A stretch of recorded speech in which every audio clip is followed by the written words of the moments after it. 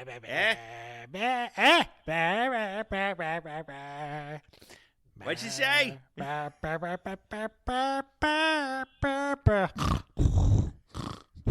Oh, he's asleep. It's cold and drafty in this starship.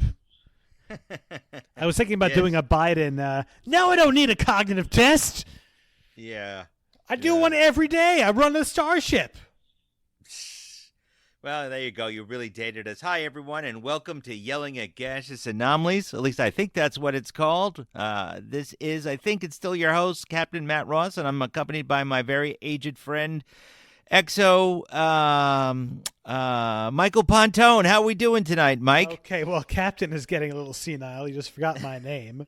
Very good, Captain. Of course, we're doing this on a Wednesday, which is a rough week, which is a rough day for an attorney. Hump day. Yes, it's because we know that the two generally the most difficult days of the week are, in my experience, Thursdays and Fridays, because people are looking for blood before the weekend.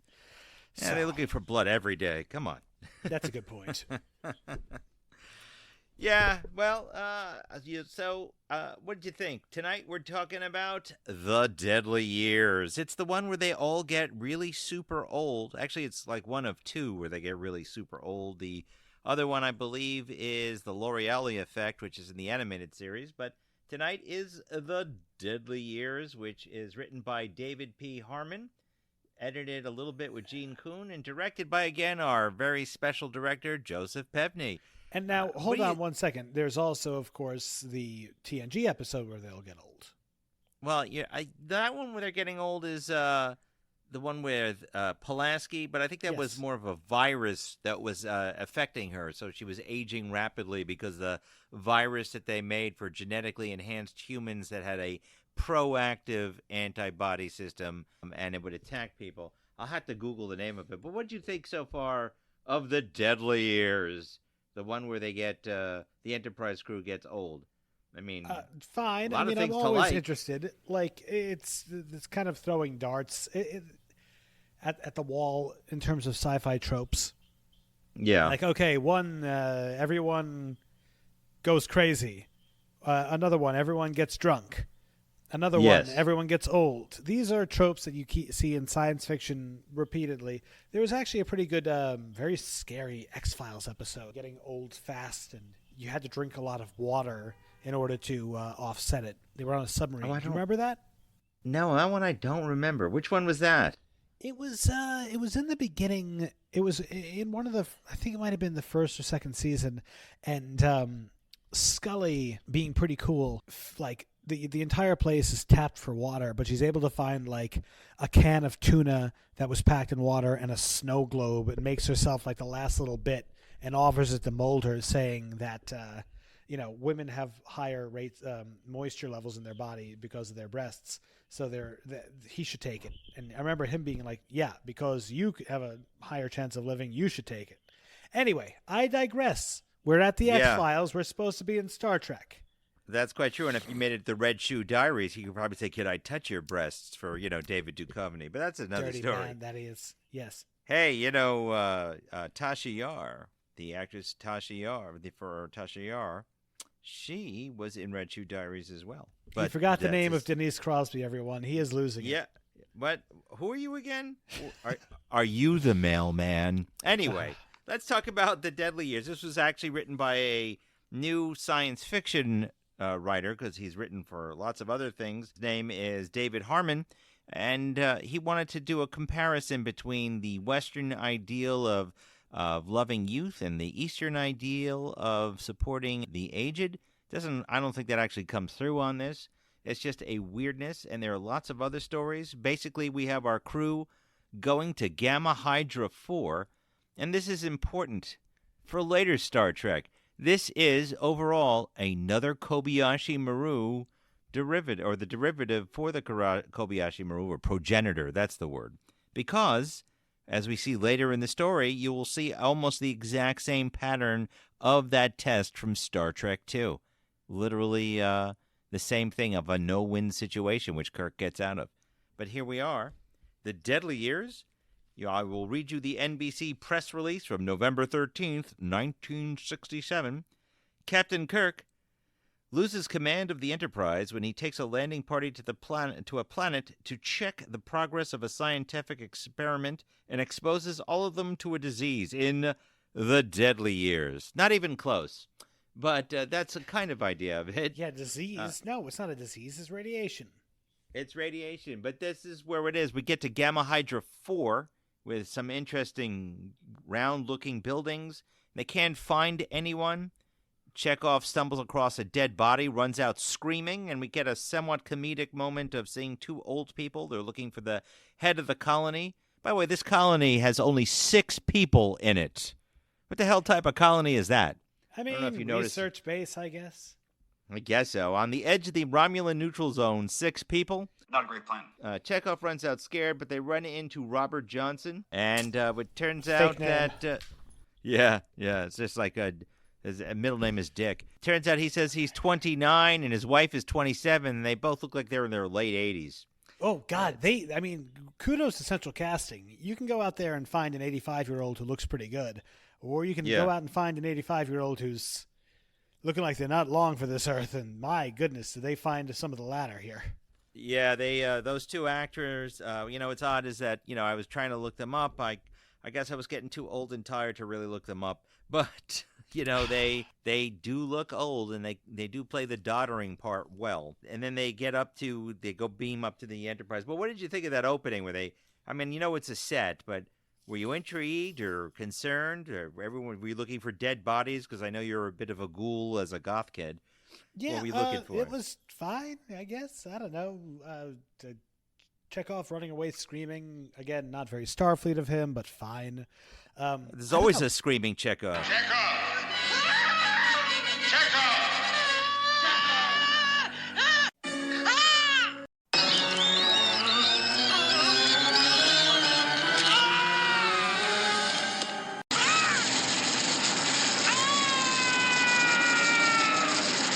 Always. Watching this, it reminded me of a pretty good line.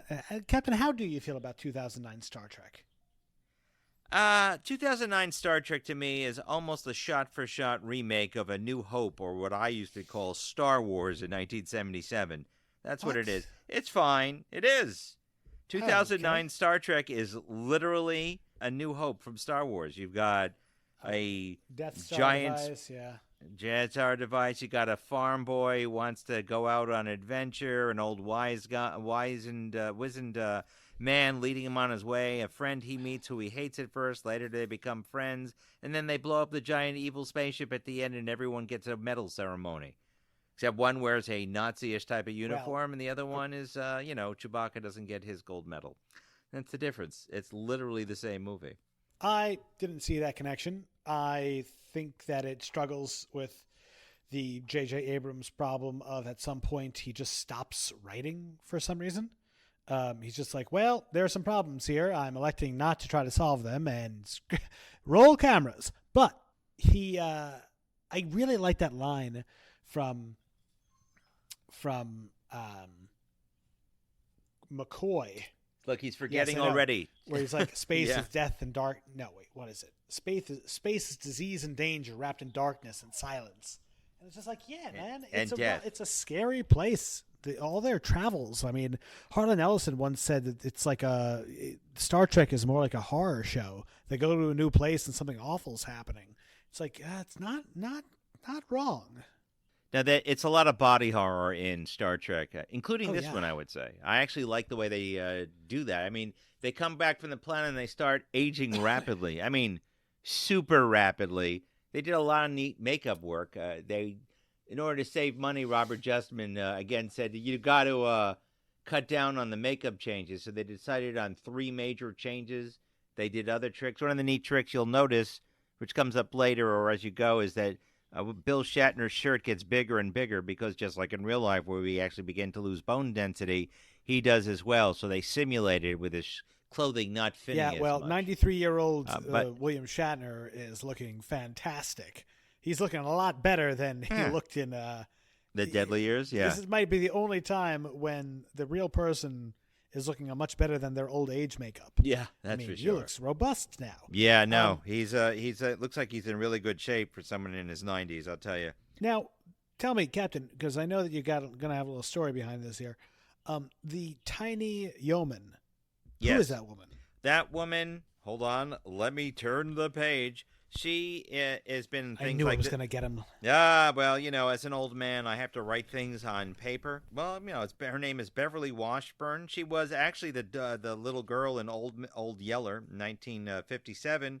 She really enjoyed doing this. She's always played like kind of kooky characters all the way through. Yeah, there's actually a hilarious outtake. I might put up just that scene as a video for later as a short, where she actually screws up her lines later, and she commented that everyone was very nice, and although very professional and serious, they did like a good joke, and she did note that Bill Shatner was quite the cut-up, so so she enjoyed working with him, and even though she was only there, and she know that she later dies, spoiler for later in our review, she had a great time doing the show.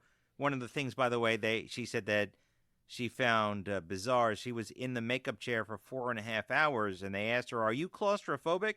Because they took a plaster, or basically a Paris of her, and then they did like a rubber mask, so they kept making her age more and more. That's so that's how they did that for all of them. Like, there's even another outtake where Shatner is mad because after spending 3.5 hours in the chair, the crew said, "Nope, union rules, shop's closed. But I just spent 3.5 hours in the chair. Can't we film?" And Robert Justman said no. And so Shatner is actually saying, "Bob Justman, I just spent 3 hours in the chair, and I have to take all this makeup, and I got to do it again, and it's your fault." That's also in one of the outtakes that they actually did, and it's actually kind of funny. So I might put them both in together. Those are two things from this episode. There are a lot of outtakes from this one. And those of you who haven't seen these Star Trek blooper reels, they've really degraded over time since they were filmed on film stock from the 1960s. They are preserved on YouTube, but I will make something for all of our fine, fair listeners out there, if I can remember. So, there we are. We actually start off in our briefing room where we see the prototype for Carol Marcus. But there you go. What do you think of that one? You got Kirk's ex-girlfriend sitting right there. What did you think? Yeah. Nah. Clunky and not really that important, and maybe trying to bring some parallel where it's like later on that we realize that she was, in a relationship with an older man who died of old age. It's clunky storytelling. I think that it was just put in there in order to pad the time a little bit. Well, it actually literally is Carol Marcus. If you listen to their speech, is like, could you give up your world? And they both of them say, "No, I'm a starship commander, and you have your scientific duties and genetics or whatever." So it's, if you think about it, it is kind of like that same conversation Carol Marcus has to Kirk, like, I wanted our son in my world, not in yours, gallivanting around the galaxy. Things wouldn't change if it started all over again, would it? You have your job, I have my ship, and neither one of us will change.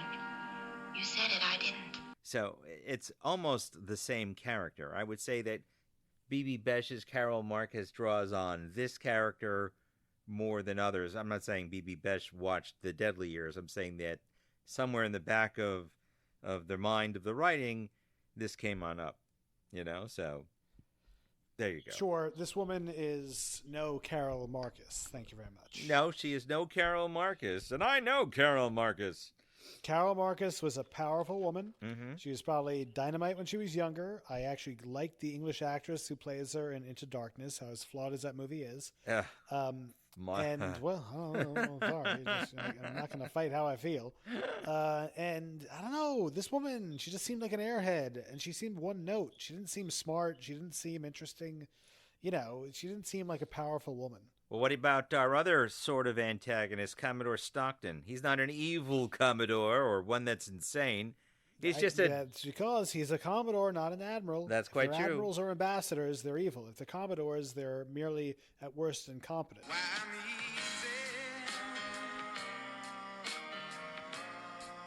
Well, it's kind of weird that he is just a desk-bound paper pusher, as Kirk later points out, and that's later in the episode. But he's really anxious to get to Starbase 10, which is on the Romulan neutral zone. No, Romulan neutral zone. But if you'll notice, again, I'm going to mention it in the Gamma Hydra system, which is where this base is and where the Romulans are on the edge of, and where the Starbase is. That's the area where the Kobayashi Maru takes place. Gamma Hydra Section 10. But they are at Gamma Hydra 4, and the Starbase is somewhere in Gamma Hydra. So there's some Star Trek geek who's chortling and jumping up and down and clapping that was called out. Yeah, so that would be me. Starship Enterprise on training mission to Gamma Hydra, Section 14. Coordinates 2287-4. There's also a book about the Kobayashi Maru by... God, it was a throwaway gag. It's not. It's a good story. You should get the book. Pocket Books, Kobayashi Maru, 1989, Julia Eklar. Everyone read it. It's in order. I have spoken as captain. Anyway, I like that, they're getting older. Well, when Kirk goes down, you see first you see that Lieutenant Galway come in, and she's like, I'm losing my hearing. Oh, we'll take care of it. She leaves. Kirk's got suddenly massive arthritis. McCoy's got gray. Holmes, I believe you're getting gray. Well, you take over my job and see what happens to you. And then Scotty walks in with that full, that whole shock of gray hair. What'd you think of that? That was pretty shocking, and I guess that he is older to begin with. So yes. Him aging was going to be more rapid. It's much more difference between a 30-year-old and a 50-year-old look much more alike than a 50-year-old and a 70-year-old. That's quite true. So that would make sense. The characters, just to let you know, Bones is 47, Scotty is 50, Kirk is said to be 34. That was one of the issues. How old do we make Spock? Originally, they had Spock as age 36, and Nimoy says, that makes no sense. And everyone's like, you know what? He's right. So there's a line later when they're examining Spock. They're going, yep, you seem to be like a Vulcan in the high age of 100. I did not say you weren't affected, Mr. Spock. You are perfectly healthy. That is, for any normal Vulcan on the high side of 100. Or over 100. Yeah. That was one of my questions. Had it yet been established in the lore that Vulcans are longer lived than humans? Only slightly. You get it from Sarek, but they are stronger and they do live longer. They live 3 times as long as humans. So yes, the average lifespan of a human at this time is about 100 and something. So they can go for a while. I say 100 and something because they didn't really have it defined. Roddenberry, Spock lives about what? 300 years? Spock lives about 20 years past the end of TNG. Right. Which is 86 years at the end in the future of the original series. So you have a lot. All right, so he's 130? Oh, I think he's older than that, closer to 200. Okay, then. Yeah, so there you go. But wait a second. In 2009, isn't it not established that they're essentially the same age? No. That they were born the same age? What, the old Spock and the new Spock? No, that Kirk and Spock are the same age. It's not really clear in the 2009. I don't know. He wanted to do... J.J. Abrams wanted to do Star Wars, so he took A New Hope and he just threw a Star Trek skin on it, okay? Does that make it better? Yeah, okay, go on. Kelvin Universe. Go on. It's terrible. Sorry. So they wanted to have Stalker as more of an antagonist, but I think he was well done here. He was not too overplayed and so forth. To me, though, the weirdest part is watching our characters get rapidly older and older. I like the way McCoy is looking very doddering as he's getting older. In fact, D. Kelly was complaining that Shatner's copying me, and everyone's like, come on. Stop it.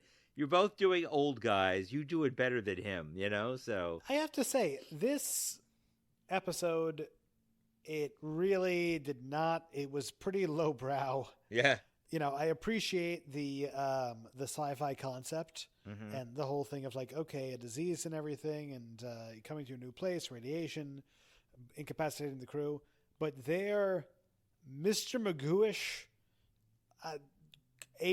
Grandpa Simpson caricature of senile old people You mean like was yelling? next level. You mean like yelling at a cloud or a gaseous Yes, anomaly? yelling at clouds. Yeah, I was Yes. By the way, yes, ladies and gentlemen, that was my original idea. You know that I know I respect my captain indubitably. He is the master of this ship. The ship would not exist without him, and I'm very grateful for him. And No, I it wouldn't exist refer without to both him of at us. all times. But that being said, when he first approached me about this, he said, "We'll do a Star Trek podcast called Yelling at Clouds," and I said, "Captain, that has nothing to do with Star Trek." So I said, "Let's call it Yelling at Gaseous Anomalies." And I said yes. That made more And sense. he said yes. See, good decision. There good, you go. Yeah, well, it was good first officer, good decision maker. I just had a broad picture. I was Roddenberrying it, So there you go. I had a whole big idea about it, and you came in with a little nuances. So I will take credit for maiming it. Obviously, I came up with it all by myself because I Of gave course, you the idea. I would not have gotten Yelling at Gaseous Anomalies if you had not said Yelling at Clouds. See that there, but then I also gave you the idea for yelling at gaseous anomalies, and then I was going to sell a song based on it as well. That would give you the full Roddenberry effect. But Gotcha. Yes, of course. But I actually did like some of this as well, but it is kind of a weirdish story. Now, also, they do discover that the radiation is coming from a rogue comet. What about the comet that astrophysics reported? We're running checks on it. I've reached no conclusions as yet. The comet was a rogue and has never been investigated. Now, those of you who aren't too up on movies, there's a movie called Night of the Comet, which is a very similar type of story. In fact, it stars Robert Beltran in it. That's Chakotay from Voyager. It's an idea of a comet running over Earth, and everyone turns into aging zombies unless you were in like lead-lined protected areas, like our characters are in that story. But so it just reminds me of that after I did see Night of the Comet, which is I think from 1982 or 83. But Have you seen that movie, Mike? I think you said you did when we were talking about this before. Yes, I did. Shot in L.A. Interesting horror movie as it takes place mostly during the day in bright sunlight. Right. Yeah, not bad. Yeah. Pretty good. Yep. DC Fontana had input, by the way, on this episode. Oh, the things I want to point about our writer. He mainly wrote for Gilligan's Island. He also wrote Rescue from Gilligan's Island and the Harlem Globetrotters and Gilligan's Island. He wrote 34 episodes of the Gilligan's Island.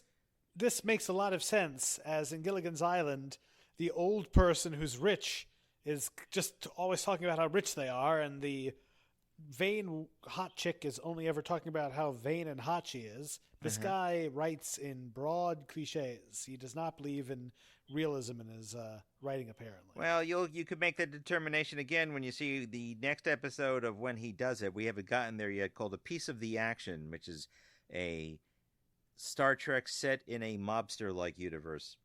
Well, of course, we're going to have nuanced, realistic versions of mobsters. No, sure. Well, that's not one of my favorites, but we'll get to that one eventually.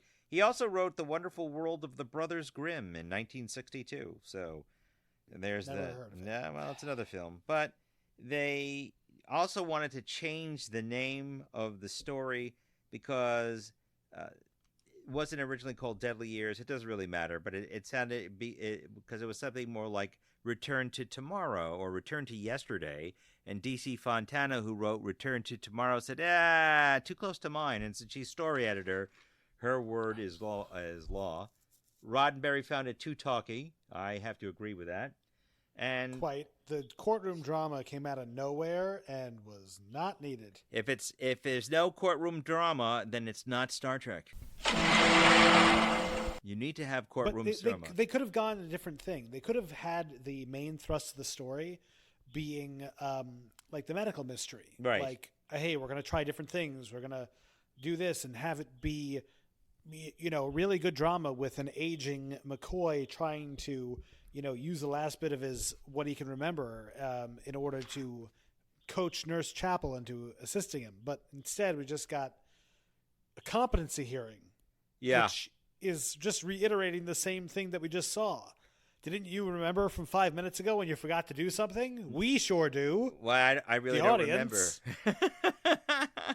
But you know what? Well. There's so much talking of the main characters. The other characters that were paid to be there aren't really doing anything.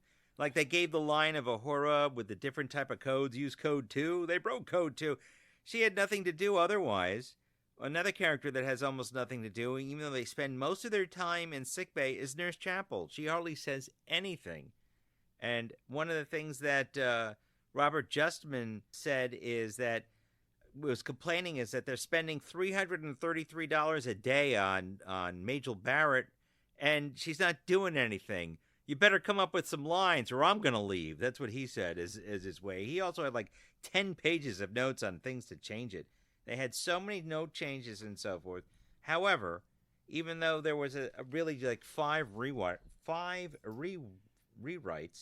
or 7 rewrites, it actually didn't have like some of the problems that the other shows that had been rewritten like out the wazoo. To me, anyway, it seemed to work a little smoother than some of our older ones like Miri or I don't know.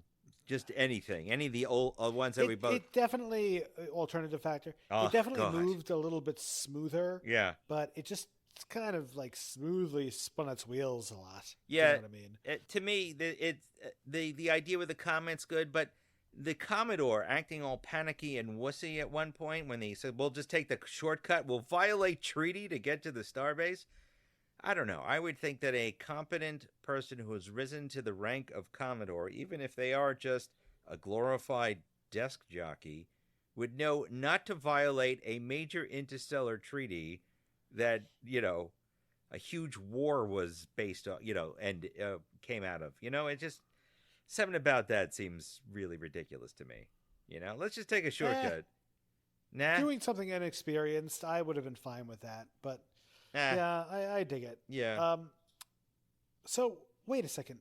Again, question: Did we ever figure out why Chekhov did not get old? Yes, and this is actually based off of some real science, which was the increase of adrenaline, or as McCoy mumbles, adrenaline. It sounds almost like the old mountain man from Blazing Saddles. But what that did is it made everything... Sheriff is near. Whoa! Yay! Yeah, let's not play that as a clip. But, No. Although they do play it live and play it all the time in New York City. I hope to see it on the big screen again.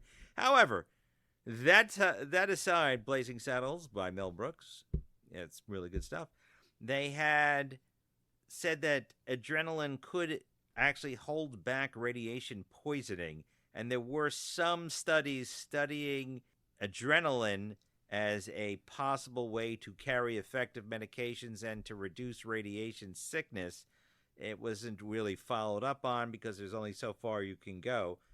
Right now they give out, I forget the name of it's just very common iodine pills because it'll slow radiation. It's not going to cure it. Uh-huh. In Star Trek, you can get cured from minor amounts of radiation poisoning from hyronolin, which is a made-up drug for getting rid of radiation.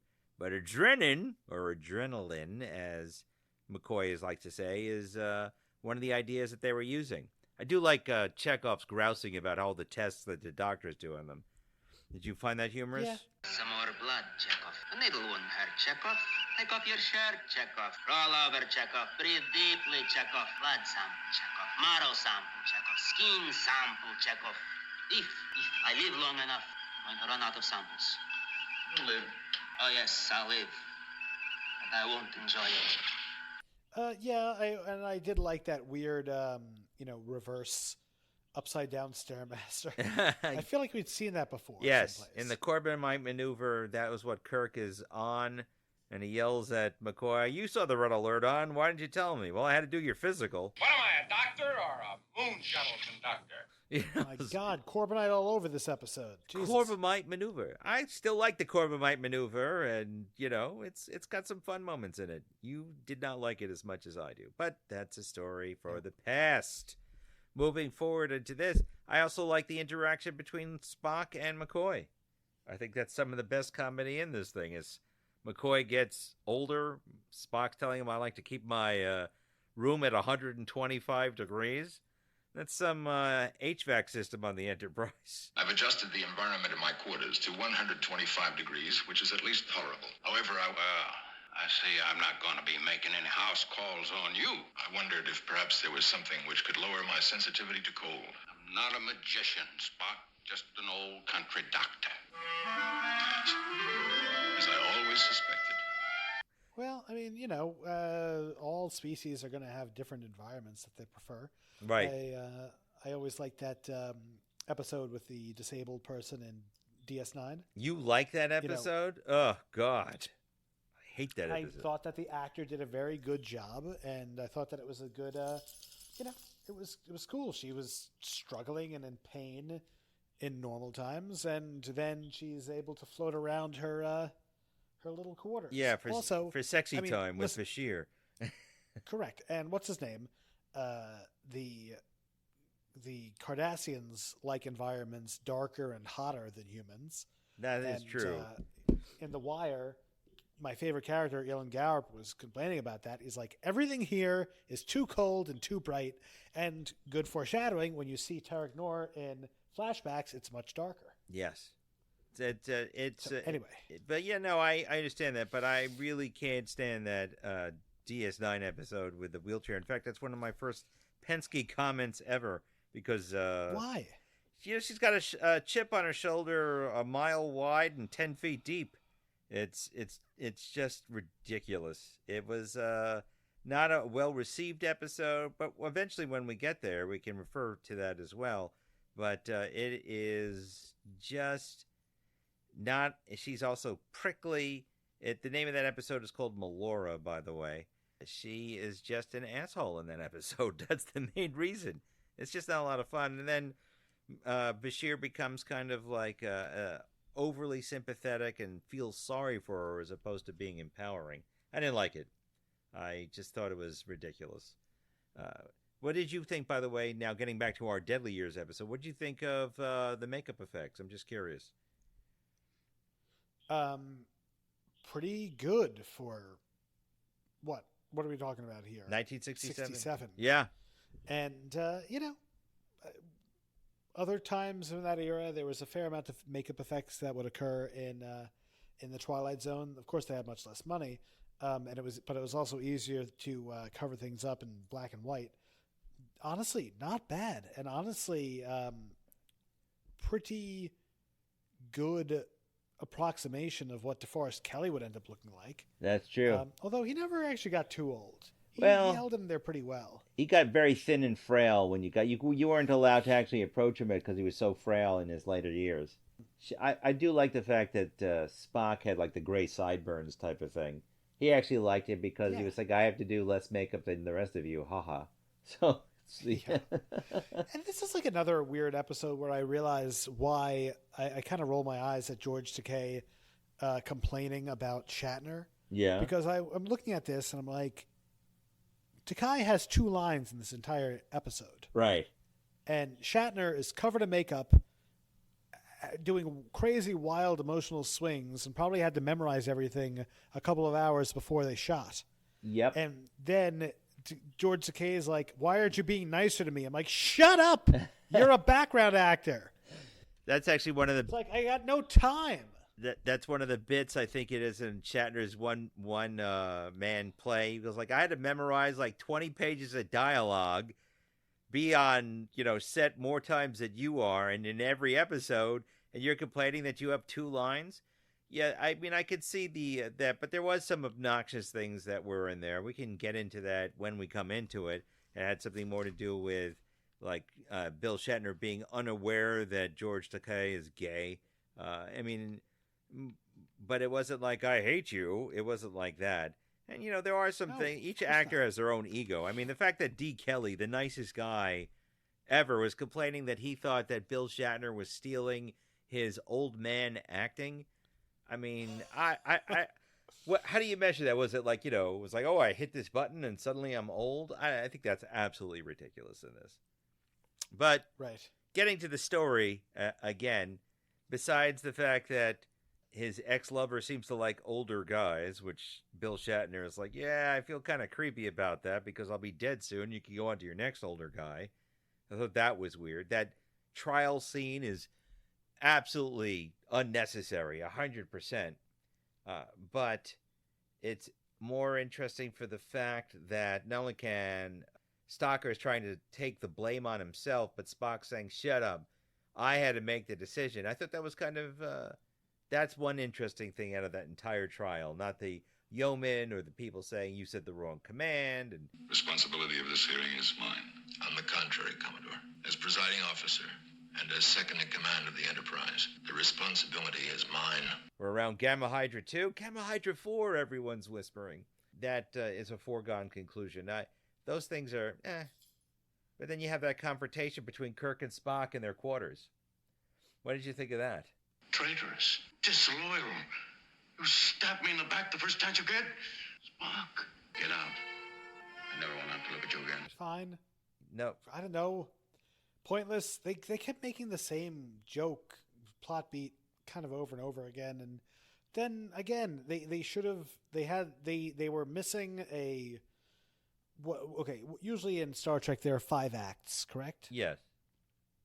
3 to 5. They're missing a 3rd and 4th act. Yeah. Right. The 3rd and the 4th act should not have been courtroom drama, and man, isn't it bad how much he's forgetting? It should have been searching for it and them trying to keep it together, and maybe more of a confrontation with the Romulans. Well, that's true. We did not need a courtroom drama, and we did not need a cliched Mr. Magoo old man. Well, that's fine. Mm-hmm. It's not so bad though. I do like the fact that when they go back to sickbay, where Spock walks into sickbay, Kirk says, "Oh, why are you here? You're going to try and relieve Dr. McCoy of his duty too?" I thought that was right. That's actually one humorous line. And then they come across the fact that because, like we said, that Chekhov was scared, it's the adrenaline, and they make an adrenaline drug as Commodore Stalker takes the Enterprise through the Romulan neutral zone. And of course, the Romulan's like, easy pickings. Let's go shoot at the ship coming right at him. You get to see like the difference between a field commander and obviously a paper pusher. I will tell you that the only other Starbase commander we know who is clearly not a paper pusher is, Ben Sisko. He'd probably murder everybody to get through to the Starbase, I'll tell you that much. And in fact, Right now, I've got 5,000 photon torpedoes armed and ready to launch. If you don't believe me, feel free to scan the station. It's a trick, an illusion created by Thoron fields and duranium shadows. It's no illusion. You could say at the Battle of Chintaka, he kind of did that as well. That's a different character. I do like Ben Sisko. He's actually one of my favorite characters. I assume yours is He is my favorite, as I've told you on multiple occasions. He is my number one. He's your number one. But yeah, that's no, true. my number one captain. My number one would probably have to be. I had put Jadzia there too if I was gonna pick a first officer. Oh, you gotta have Spock. Yeah. His name ends in a K. It just make it easier for you. I don't know, man. I like Jadzia. She's gonna teach me how to do cool Klingon stuff, but not be a boring old Klingon. Anyway. Yeah, I hear you. All right, well, let's when they finally get back to the story. We'll get back to the episode. Well, all right, we're all over the place. We're because the story is very short in itself, even though it's 45 minutes. They administer this really rough drug to Kirk, and he immediately de-ages, and they say the aging process has stopped. He also de-ages, and he gets back his haircut, and he seems to be totally fine, and he runs to the bridge and saves the day using the Corbomite maneuver. The Corbomite maneuver. Yeah, I actually did. I thought that was pretty well done. It in the sense that not bad. It ties it all together, and it also shows that the Romulans are listening all the time. From Enterprise to Starfleet Command II, have inadvertently encroached upon Romulan neutral zone, surrounded and under heavy Romulan attack. Escape impossible, shields failing. Will implement the struct order using Corbomite device recently installed. I like the idea that they put that out there on Channel 2, and it's like, I want them to hear this. They kind of like back off, and then they zip away. But also Commodore Stockton is not an ass. He actually says, I recognize that starships can do more than a space station, and especially with the right man at the helm. I did like the fact that he was magnanimous in his basically admitting that he was wrong. I thought that was actually a nice touch, as opposed to, him either committing suicide or making a new enemy. And just to show that, you know what? He can learn and grow as well. I did like that in his characterization. His name is Charles Drake, by the way. He was in a whole bunch of different TV shows. He was Dr. Sanderson in the movie Harvey. And by the way, Sarah Marshall was in Wild Wild West. That's Dr. Jenna Wallace. So Carolyn Nelson is the blonde yeoman with the fuel report. Did you like her? Oh boy. Yeah. Sure. She here you like this even more. She married Joseph Sargent, who directed the Corbomite Maneuver. It's all kind of a little full circle on this. Amazing, Captain. I find this all fascinating, but I think I'm ready to wrap it up. All right, let's wrap it all up on here on our very scientific 1 to 10 scale, Mike. What are you gonna? Oh, we didn't come to cost, but we'll do that afterwards. What are you gonna give this on our very scientific 1 to 10 scale? I like the premise. Kind of light on entertainment. The same kind of joke a few times in a very misguided courtroom drama, and it feels like someone was writing this because they had an old parent in their life that they were not pleased with. It seemed kind of vitriolic and very broad, and then way too quick of a resolution. Nice callback to the Corbomite, but wow, that was fast. Yeah. And also the fact that it didn't affect Chekhov didn't really mean anything. I guess it might have pushed them down a way to figure out a solution faster, but I don't know, shaky. And what was the source of the radiation and what happened to the colony? All to say, Captain, somewhat disappointed in this episode. That being said, the acting is great. Good makeup and good premise. 5 out of 10. Wow, we match. Well, look at that. I got a 5 out of 10 too, for almost the exact same reasons. I actually really only like that last scene where Kirk runs to the bridge and takes command again and figures the way out. I mean, that's my favorite scene. It's actually the ultimate scene of the story. I do like the humor with Walter Koenig. I do like some of the confrontation between Spock and Kirk. But, maybe if they had more concentrated on where the comet is and where it's going and what it is, or more of a mystery, is it a Romulan weapon? Again, like I was saying, looking back at it, besides Corbomite, it really is the Kobayashi Maru. If you think about it, they're surrounded by Romulans as they're trying to go on a rescue mission. But it just doesn't get there all the way. The acting is solid. The effects work is pretty darn good. Even the original 60s effects works. But it's like a half story. It wasn't fully complete, in my opinion. So I'm also, there we are. We match at a 5 out of 10. But even though we did this out of order, let's talk about costs. How much do you think this was in $1967, Mike? Full cast and makeup, but not a lot of space stuff, and mostly took place on the ship. And I've been going over lately. I'm going to say $199. Well, closer, but no. This still went over budget. It was $186,230 in 2020. Okay, then. Yeah, in 2024 it's $1,760,063.08. Can't forget the 8 cents. A lot of it was for the makeup. Money well spent. Yeah. Not bad at all. It wasn't terrible. For the first writing of a science fiction story for our writer Harmon, who does come back, like I said, it wasn't bad. I just find that for a Star Trek story, it's it just doesn't really do it overall. So, again, my rating for a 5, and I have to agree. It just didn't do it for either of us, honestly. Not bad, but they could do better. But our next episode, I will tell you what's coming up. It's called Obsession. The smell of it. Actually, it doesn't say the smell of it. Say Obsession by Calvin Klein. Yes, Obsession by...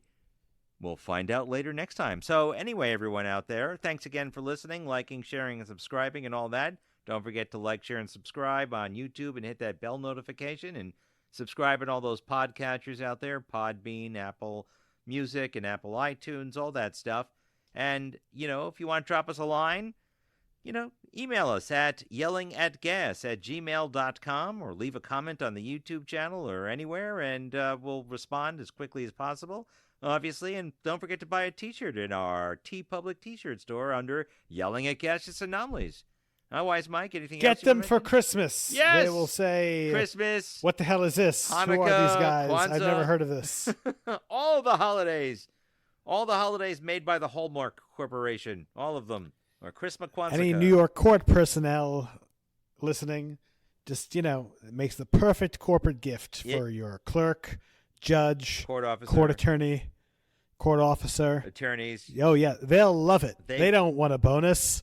They want one of our T-shirts or sweaters. That's 100% true. Everyone loves it. In fact, I know some clerks that already have it, and they love and wear and carry our stuff with prides because they know they are in good hands with the profits of Bajor. But anyway, that's one of our products as well. Well, anyway, other than that, Mike, I just want to say thanks again for doing this with me, and I always will remember your name, Mike. Yeah. That's his name. Damn, yeah, I got it. Yep, well, anyway, thanks again for joining us. Anything else you want to add, Mike, or anything coming up that you want to mention? Or no? Nope. All right. Great time as always. Thank you very much. 2 more days in court, and then we're good. Yeah, that's quite true. Anyway, everyone, we'll see you there next time, so live long and prosper, and see you out there. Captain's log, stardate 6051. Had trouble sleeping last night. My hiatal hernia is acting up. The ship is drafty and damp. I complain, but nobody listens. Star Trek 12. So very tired.